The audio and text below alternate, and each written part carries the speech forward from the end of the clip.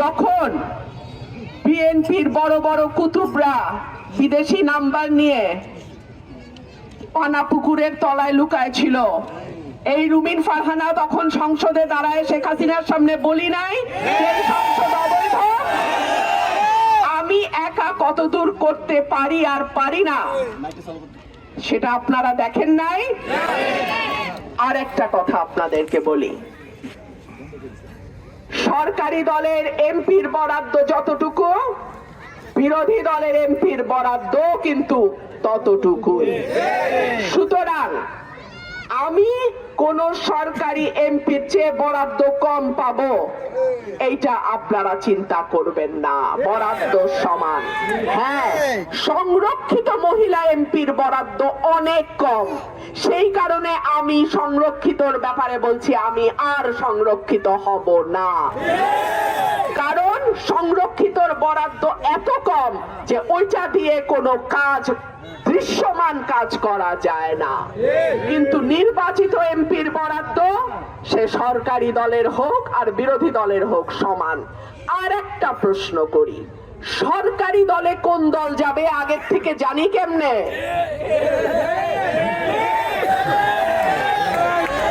এইটা কি হাসিনার পাতানো নির্বাচন যে আগে আগেই জানি সরকারে কোন দল যাবে? কথাবার্তা সাবধানে কইেন, একদিকে কথা কইবেন আরেক দিকে ধরা খাইবেন। তো কথাবার্তা যত কম তত ভালো। আপনারা কি করে এত শিওর হইলেন যে সরকার গঠন ওই দলই করবে? অন্য দলও তো সরকার গঠন করতে পারে, তখন আপনাদের কি অবস্থা হবে ওইটা আগে চিন্তা কইরেন।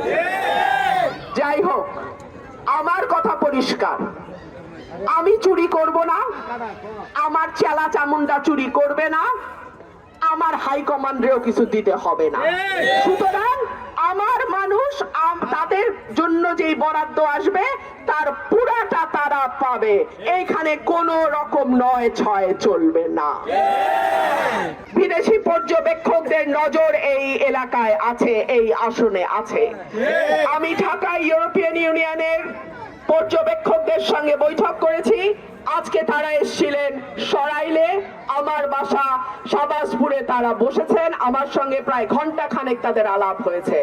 সুতরাং কেউ যদি মনে করেন ইলেকশন ইঞ্জিনিয়ারিং করবেন এই আসনে, তাদেরকে আমি সাবধান করে দেই।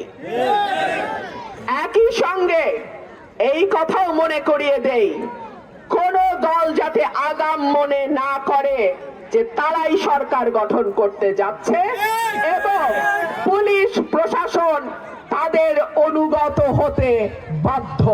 কোন দল যেন এই ভুল না করে। 12 তারিখের ভোট পুরো রাজনীতির চেহারাও পাল্টে দিতে পারে। আমরা যদি এই রাস্তাঘাটের উন্নয়ন না করতে পারি, আবারও যদি এমন কারো হাতে এই এলাকা যায় যে 5টা বছর শুধু তার নিজস্ব লোকজন দিয়েই সময় পার করে দিবে, তাহলে কিন্তু এলাকার মানুষের, সাধারণ মানুষের ভাগ্যের কোনো পরিবর্তন হবে না।